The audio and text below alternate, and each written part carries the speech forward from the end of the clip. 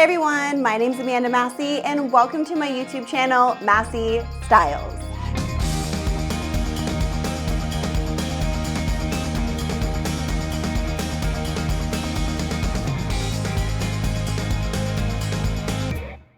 Today, I want to talk about cleaning out your closet. So many clients come to me and they're like, oh my God, I don't want to do this, but it's not as daunting of a task as it might seem. So I'm going to simplify this process for you. And then for the skincare portion of today's video, I want to talk about the many benefits of zinc. But first and foremost, as we always do with every single one of my videos, let's talk about my outfit of the day. Yeah, I'm wearing dress pants. I'm kind of over jeans right now. I mean, I do wear baggy jeans, but I'm just like, can I take a moment? Can I take a breath? Can I wear something different? Yes. Even stylists give themselves stylist challenges. And that was one of my challenges this week is don't wear denim for an entire week.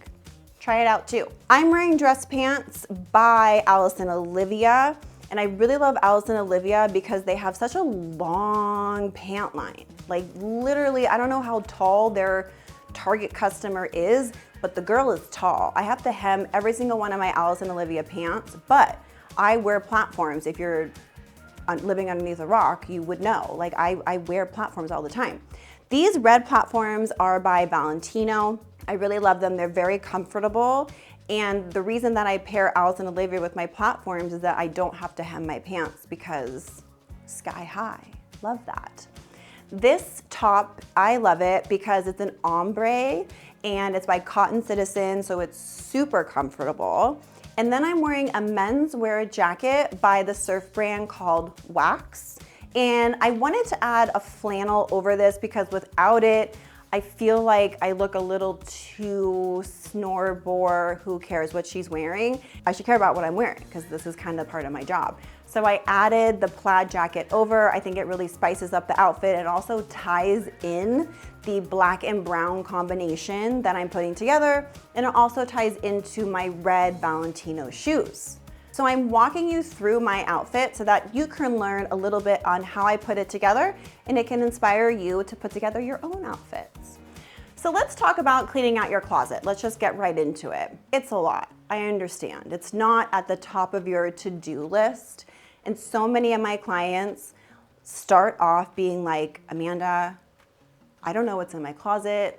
I don't want to go through it. It's so confusing. It's not a task that I want to take on. Will you do it for me? And I personally love cleaning out people's closets because it tells me the truth of where they're at currently, what their personality is, and where they want to go. A lot of the times it's important to be on the same creative page with who you're working with. And like my blue could be different from your blue, or my casual is different than your casual. But when I go into your closet, I'm gonna know what color blue you like, and I'm gonna know how you personally define casual. So it tells me the truth of like where we're at currently. And it's a big reflection of your personality and how you wanna present yourself to the world. So you really wanna take organizing your closet very seriously. And also you can make it fun too. Have a glass of wine, put on your favorite show. It doesn't need to be anything that's unattainable. You can definitely do it. So the first thing you wanna do is really scan your closet and be like, okay, this is where everything is, and this is how I want to reorganize it. I suggest mapping out where you want things to be placed before you start moving everything around so that you get it right the first time. So first, map out the new location of your items in your closet. Once you've mapped everything out, then it's time to try a lot of clothes on. This is probably the most physical part of this process, but you need to try on, I would say 80% of the clothes that you have, because you wanna make sure that you're not holding on to something that is too big or too small. Once you filter out what doesn't fit, now you need to think about what are you wearing? What's practical for your lifestyle? And what items are your signature style? You really want to take a moment and think about this. I feel like anything that's sentimental, of course, keep, but put it towards the back of your closet where you can't really see it because we're not incorporating the sentimental items into your daily wear. If you haven't worn an item in a year, I would say let it go. Anything that you've worn throughout the year, of course, keep. So you figured that out, you set aside things to donate, you set aside things to keep. Now you want to organize your closet. I love to hang everything up. I don't like to have jeans or pants or skirts folded. I want to visually see all of the inventory in my closet, so when I walk in there in the morning, I have a clear picture of what I can choose from. I also like to color code, and I also like to organize from no sleeves to long sleeves, and then shortest to longest in terms of skirts. For guys, it can be obviously by pant color, by the texture of the pant. It can be formal suits, it can be casual suits. Really, menswear is a little bit easier to organize because the categories are less than what women have to deal with. So lucky you, you got even an easier way to clean out your closet and organize it. But once you have everything color coded, organized by category, and organized by no sleeves to longest sleeve, shortest to longest, I feel like it's like a weight is lifted off of you and you're like, oh, I can see everything. I know what I have, and you know what you don't have. So while you're reorganizing, have a piece of paper or open up a note on your phone and write down specifically what you need to add to your closet. Now, you don't want to add things that you want. You want to add things that you need. Because the point of reorganizing your closet is to figure out what your signature style is and to really hone in on that style path. So for example, maybe you need an oversized red menswear blazer. So put that on the list. That's something that you need in order to achieve a signature style. But be very specific and then stick to that shopping list when you're outsourcing these items. Don't veer from the path because then you're just gonna get distracted.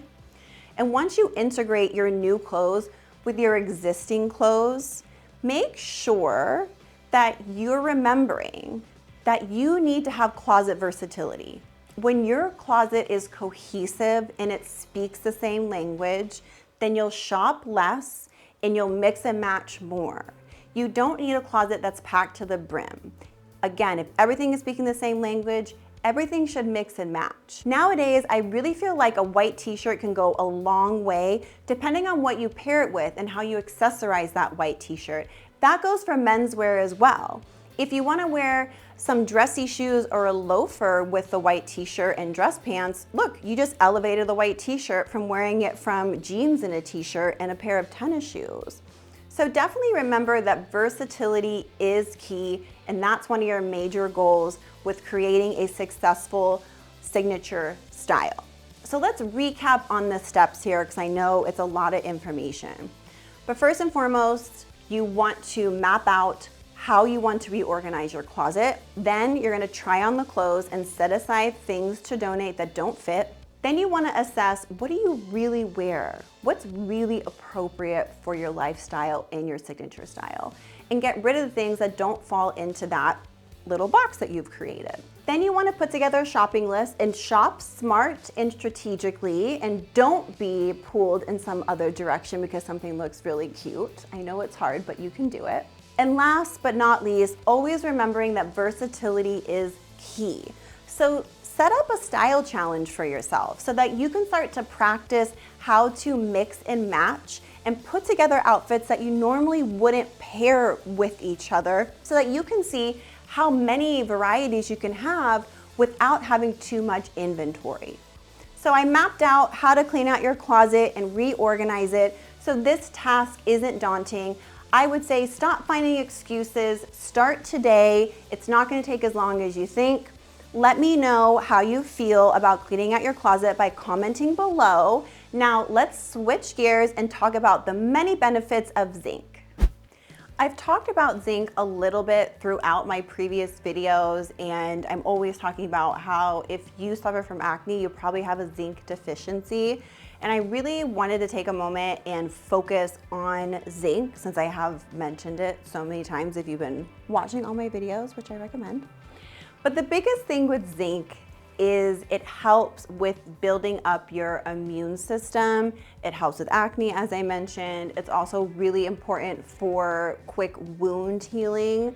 It has a lot of other properties that I'm gonna get into, so I wanted to share some information with you so that you can kind of address what your zinc level intake is and either keep it at where it's at or add some supplements into your vitamin regimen. Now, zinc is an antioxidant that's naturally found in foods such as meat, beans, nuts, seafood, and if you are someone that doesn't eat any meat products, then there are some sources of zinc that are found in plant-based foods like some nuts and beans, but the absorption of zinc in those foods such as beans and nuts are pretty low.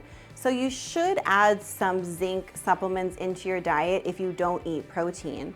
In terms of protein, seafood has high levels of zinc, especially oysters. And then for meat products, it's mostly beef and pork that have high zinc levels. Now, getting into some of the benefits of zinc, there are so many benefits. I could go on for like an easy 20 minutes talking about it, but we all don't have that kind of time in our lives. So I'm gonna highlight just some of the major benefits that zinc provides to you. First and foremost, it's your immune system. It really helps to fight off infections, specifically pneumonia. So when COVID-19 broke out, zinc was off the shelves. It was completely sold out. I've been taking zinc since I was in high school because I had bad skin, and zinc really helped to clear my skin up. So I've been building up my immune system for decades. And I think the fact that I've been taking zinc for so long is one of the major reasons why I didn't experience COVID. And the one time that I did, I asked for it. I went to a nightclub in 2021. Like, that wasn't very smart, but I did it.